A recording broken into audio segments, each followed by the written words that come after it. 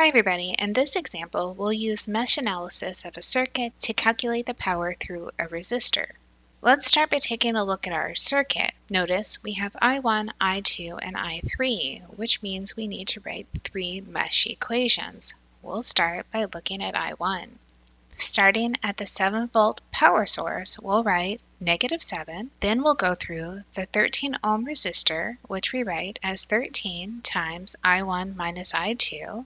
Then we go through the 9-volt power source, which gives us -9. Then we finish by going through the 14 ohm resistor, which is 14 times I1 minus I3. Moving to I2, I'll start at the 11 ohm resistor. That gives me 11 times I2. Then going through the 18 ohm resistor, I have 18 times I2 minus I3. Then the 13 ohm resistor is written as 13 times I2 minus I1, and we set that equal to 0. Finally, for I3, I'll start at the 18 ohm resistor and write 18 times I3 minus I2. Then I have 19 times I3. Then 14 times I3 minus I1. Then through the 9-volt power source gives us +9, and we set that equal to 0.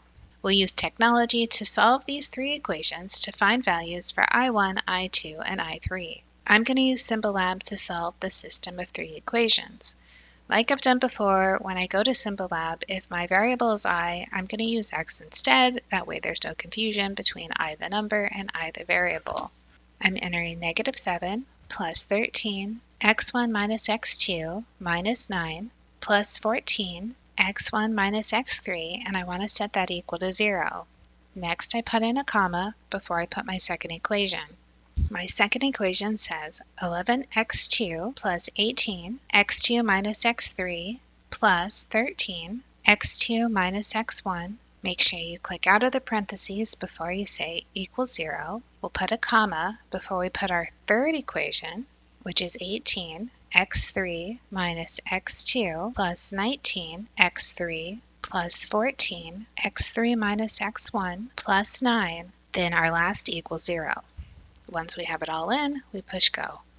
We want to turn these three numbers into decimals instead of fractions. You can do that directly on the algebra calculator, or you could just go to a regular calculator. I have 7,230 over 8,561, which we'll call 0.84. Then I'll change the numerator to 2,876 to get 0.34.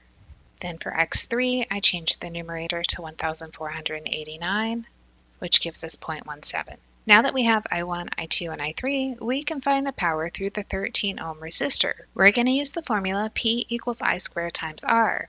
In this case, our I is I1 minus I2. I have 0.84 minus 0.34, so I'll calculate 0.84 minus 0.34 squared times 13. This gives us a total of 3.25, and we don't want to forget our units is watts.